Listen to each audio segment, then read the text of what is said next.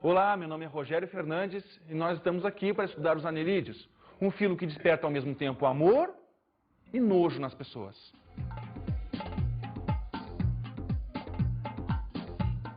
Os anelídeos são animais que têm um corpo totalmente segmentado, um corpo que nós chamamos de hemimetâmeros, anéis, e por isso o nome anelídeos. Mas afinal de contas, você sabe para que serve um anelídeo? Para que serve uma minhoca? Vamos olhar a enquete que nós fizemos nas ruas.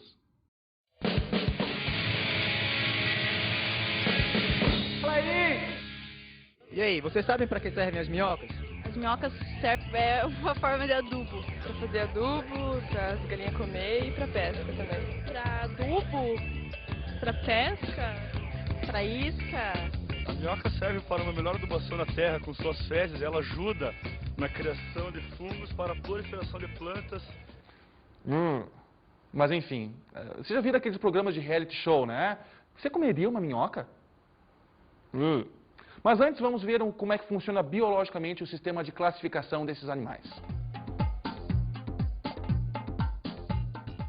Os anelídeos são subdivididos em 3 grandes classes, que são aquetas, também chamados de hirudíneos, oligoquetas e poliquetas. Esse sistema de classificação é baseado na presença ou ausência de cerdas no corpo deste animal.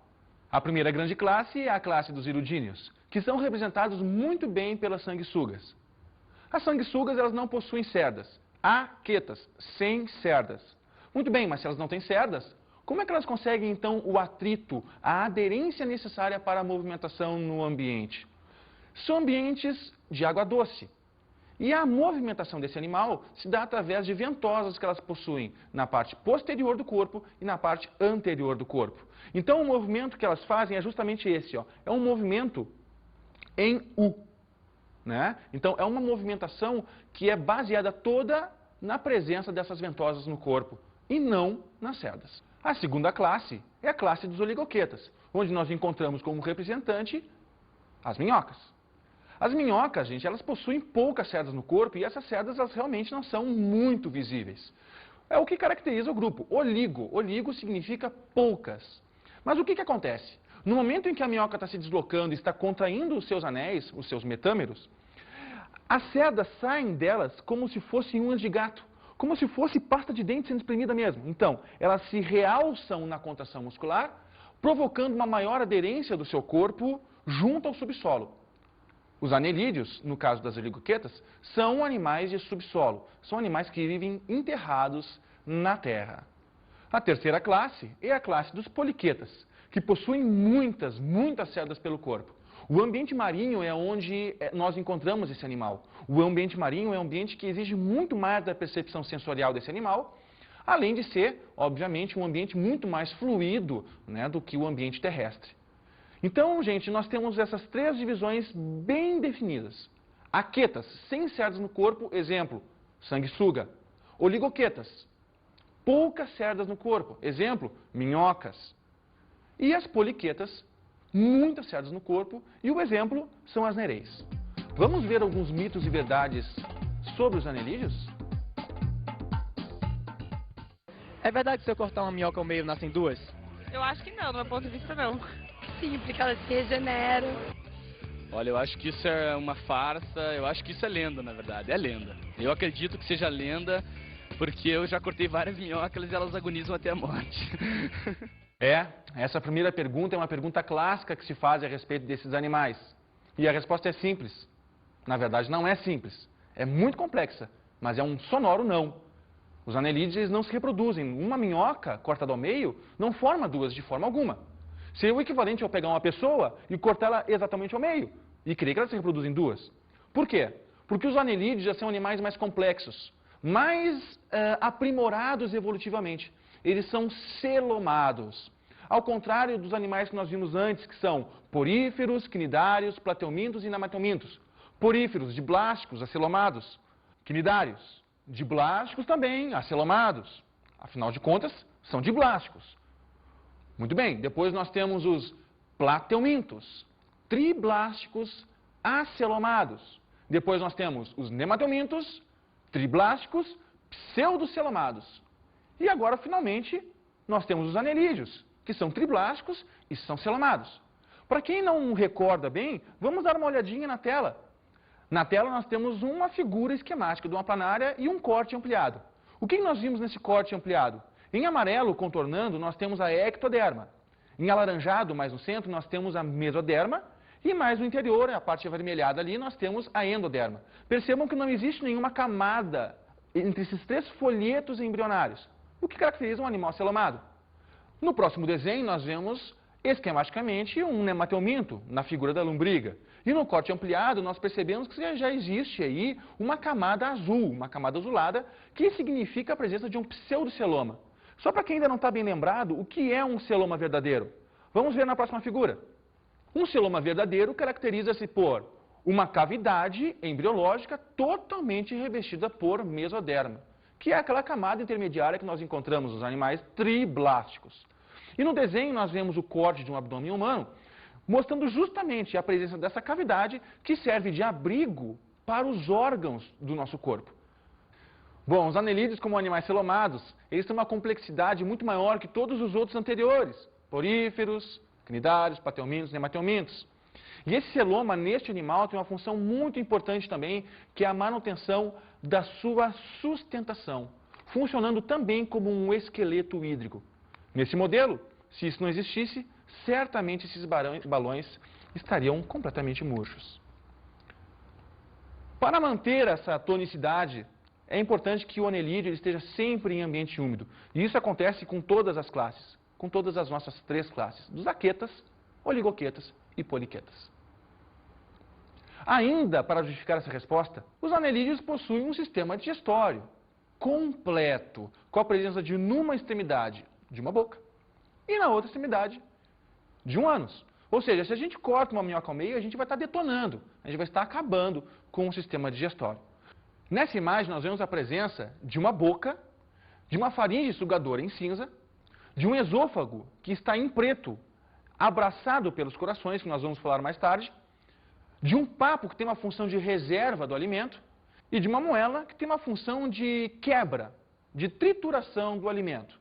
Logo após, o intestino, que tem a função de absorção desses nutrientes. Nesta outra imagem, nós vemos um corte transversal do corpo do anelídeo, mostrando uma dobradura interna do seu intestino, chamada de tiflossole, que serve para aumentar a superfície de absorção do alimento por parte do animal. Agora nós vamos dar uma olhadinha com cuidado no sistema circulatório, porque ao contrário do que a gente possa pensar, gente, as minhocas, apesar de nojentas, elas têm coração. Como assim coração? Os anelídeos possuem um sistema circulatório fechado, veias e artérias que conduzem sangue e que é bombeado, logicamente, por um coração. Na verdade, não por um, mas por 5. E, na verdade, também não é bem coração. Vamos dar uma olhadinha agora nesse outro esquema, onde nós vemos, ressaltado em vermelho, o sistema circulatório do animal. Na região dorsal, existe o vaso dorsal, que conduz o sangue da região posterior do corpo à região anterior. O elo de ligação entre o vaso dorsal e o vaso ventral é feito por 5 vasos bem mais dilatados e que têm uma capacidade muito pequena, mas uma capacidade de contração que serve para bombear o sangue pelo corpo dele. Somado a isso, os movimentos de contração muscular do corpo do bicho também auxiliam o sangue nesse transporte todo. É bom ressaltar que o sistema circulatório ele é o meio de transporte de gases, oxigênio e gás carbônico, e também o modo que a célula corpórea dele tem de absorver o nutriente que veio da alimentação do animal. No exercício que nós vamos ver agora, eu gostaria de ressaltar um outro aspecto do sistema circulatório que algumas pessoas não se dão conta. O exercício diz o seguinte: a hemoglobina é um pigmento vermelho dissolvido no plasma sanguíneo das minhocas. Sua função é o ou a transporte de gases, transporte de alimentos, fagocitose, digestão ou defesa. Esse exercício da Fundação Carlos Chagas nos põe como palavra-chave a hemoglobina. E toda vez que nós formos falar sobre hemoglobina, a gente tem que ter em mente que a hemoglobina tem como função a troca gasosa. Puxa oxigênio, libera gás carbônico. Então a resposta que nos leva é a resposta de letra A. Ainda é importante ressaltar que existe uma diferença fundamental quando a gente fala em sangue. O nosso sangue ele possui glóbulos vermelhos, glóbulos brancos e plaquetas. O sangue dos anelídeos não possui isso. O que eles possuem?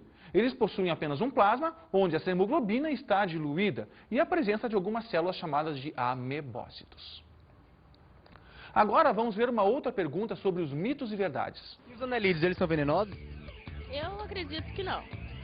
Não, acho que não. Nunca morri por causa de uma minhoca, mas tudo bem, né? Bom, até hoje que eu tenha convivido, nenhum anelídeo venenoso. Nunca morri por causa de nenhum anelídeo, mas acho que eu conheça não. Nenhum anelídeo venenoso. Essa pergunta ela faz sentido.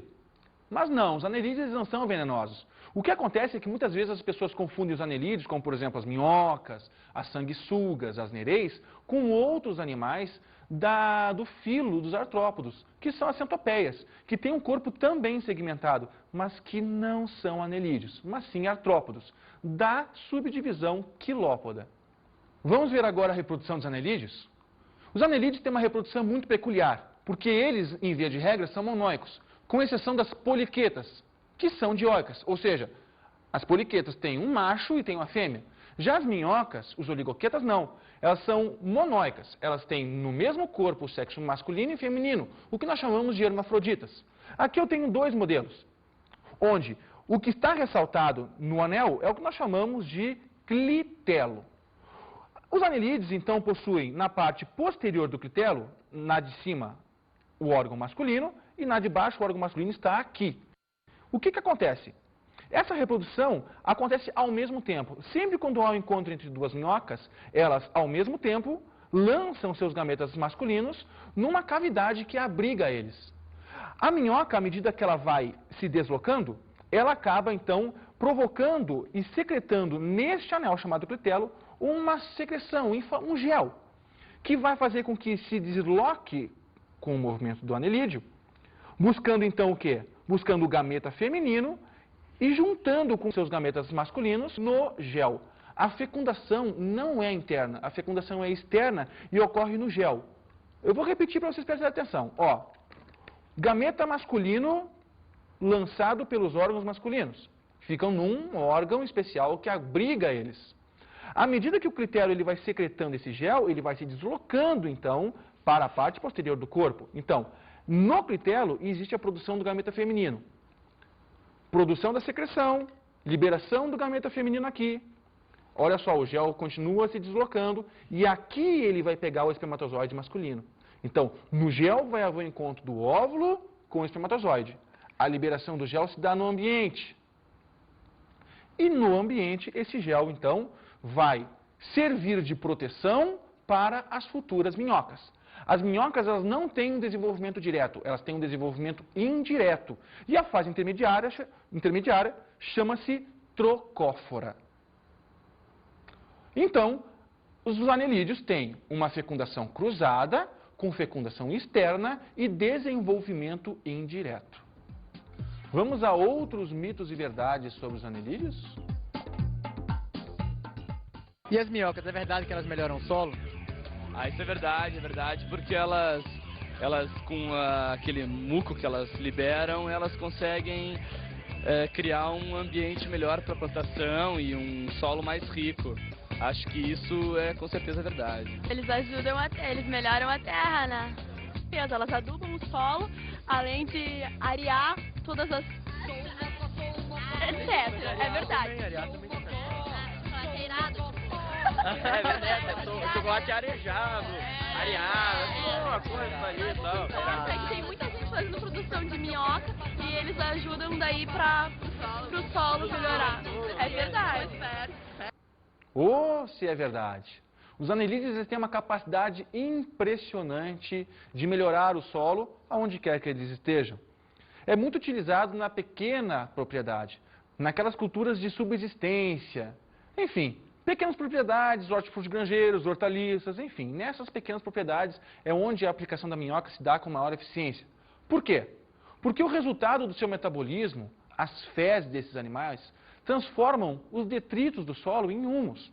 Então, existe por parte dos anelídeos uma capacidade muito grande de renovação dos nutrientes naturais do solo. Somado a isso, ainda existe uma capacidade pela locomoção desses animais de uma aeração do solo. Vamos dar uma olhadinha aqui, ó.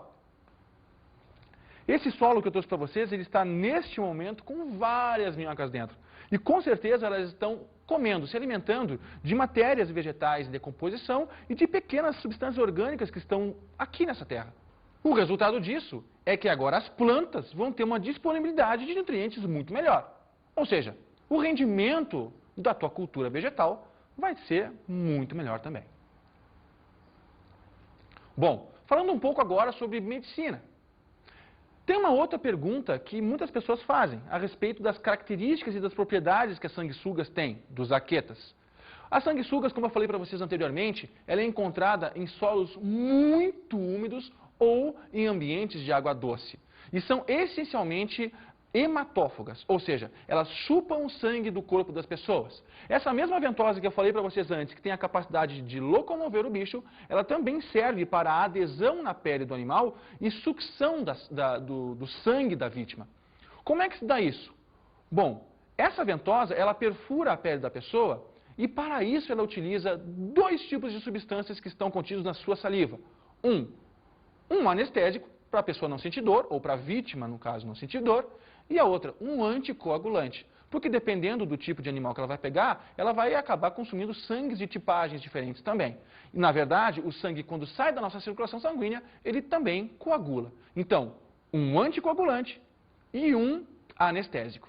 Enquanto a sanguessuga está puxando sangue, ela é capaz de aumentar o seu volume, o seu tamanho corporal de forma absurda, como você deve estar vendo agora no seu vídeo. Nós vimos nessa imagem a sanguessuga embaixo antes do seu processo de alimentação e em cima a mesma sanguessuga depois deste processo. A diferença é realmente brutal. As sanguessugas já foram estrelas de TV e já apareceram num filme que foi sucesso de bilheteria no mundo inteiro.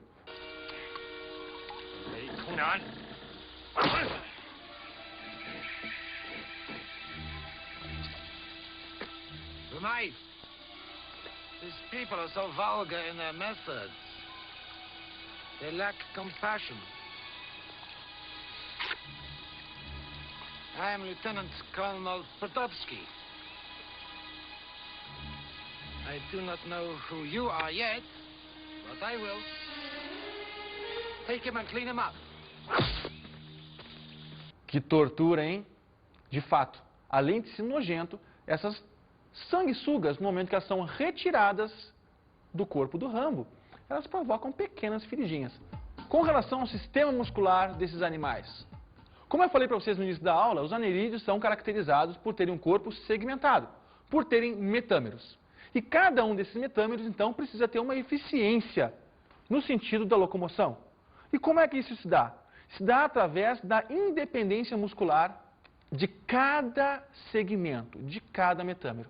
Então, olha só, se eu tenho nesse modelo feito por balões, cada lobo desse é um segmento. Então, o meu músculo ele é capaz de se contrair de forma independente do outro metâmero que vem depois. Qual é a vantagem disso para o animal? Muito bem, são animais que vivem no subsolo, embaixo da terra, na areia. Ok, se eu tenho uma quantidade menor de corpo para mover, significa que eu preciso ter menos força também para contrair esse pedaço de corpo que é menor, como o mostrado no meu modelo. Então, se eu tivesse que puxar toda a minha minhoca ao mesmo tempo, eu teria uma área muito maior de tensão e uma força muscular muito maior para desenvolver. Os anerídeos solucionaram esse problema, tornando, então, os seus anéis independentes com relação a essa contração. Outra, um anel pode contrair e o outro pode estar distendido.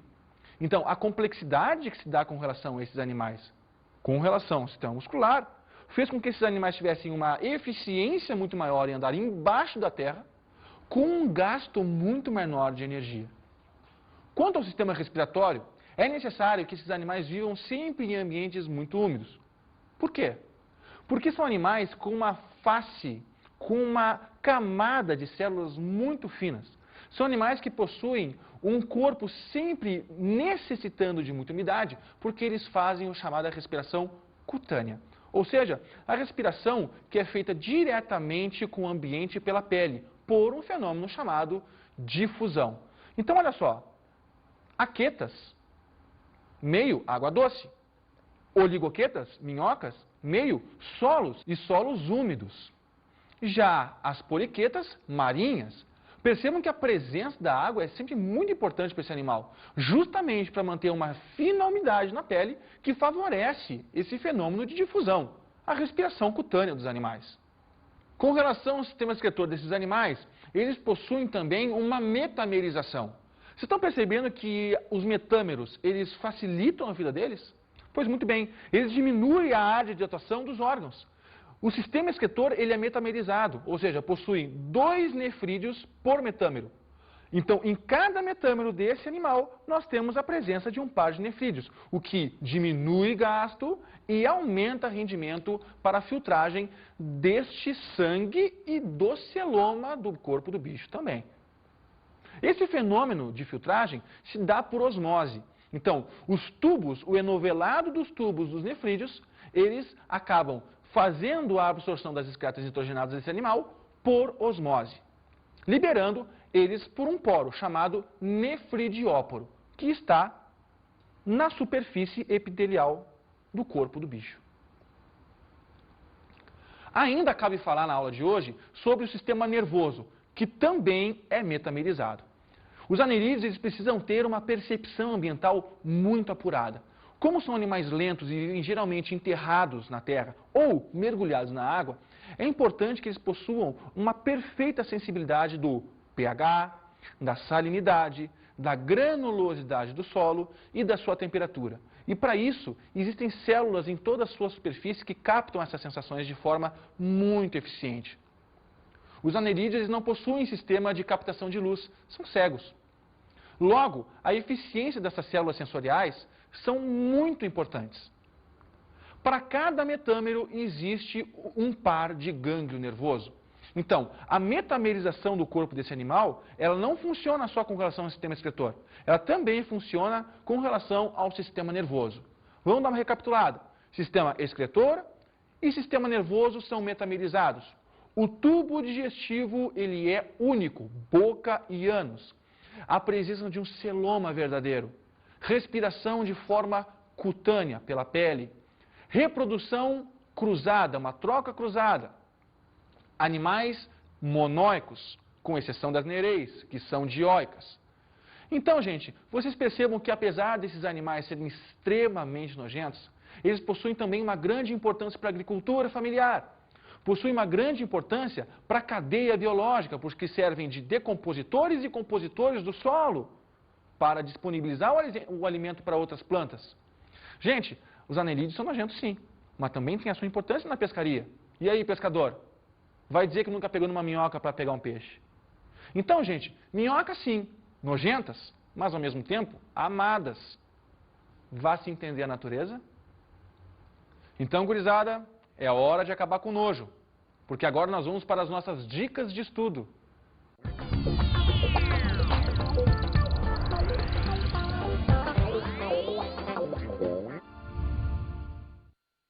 Nas nossas dicas de estudo, 2 atividades bem simples. A primeira é a construção de o que nós chamamos de um minhocário, onde vocês vão colocar uma quantidade de terra, vão umedecer essa terra e vão revolver essa terra. E vão colocar dentro minhocas. Para a gente achar uma boa minhoca, é um bom momento de escavação, um bom momento de natureza. É um bom momento para você sair de casa, ir no sítio do pai, na fazenda do amigo e realmente botar a mão na terra e cavar. E procurar esses anelídeos. Você vai criar esses anelídeos e vai perceber a mudança que eles fazem na terra depois de algum tempo. O segundo momento da dica de estudo de hoje é esse aqui, ó, a construção de modelos em balões para vocês conseguirem visualizar de forma mais lúdica a reprodução cruzada desses animais. Ela causa um pouco de dificuldade mesmo no entendimento. Então é legal que a gente construa esses modelos e entenda a função do clitelo, que dentro do clitelo estão os órgãos femininos, os órgãos masculinos que estão na parte, ó, aqui está a cabeça, ó, que está na parte posterior do clitelo, que o órgão onde o espermatozoide masculino se abriga está na parte posterior do clitelo. Enfim, se a gente consegue montar o modelo, a gente vai conseguir visualizar isso de forma mais adequada. Algumas confusões acabam se diluindo. Então, os modelos com balão e o nosso minhocário. Bom, pessoal, por hoje é só. Um grande abraço a todos vocês e muito bons estudos. Tchau!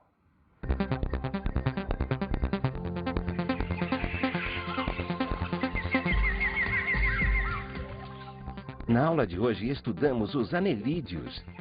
Animais com corpo completamente segmentado, em metâmeros. Vimos também os mitos e verdades sobre os anelídeos. Bom, reprodução com segmentação é mito. Fertilização do solo, verdade. Venenosos, mito. Bons estudos!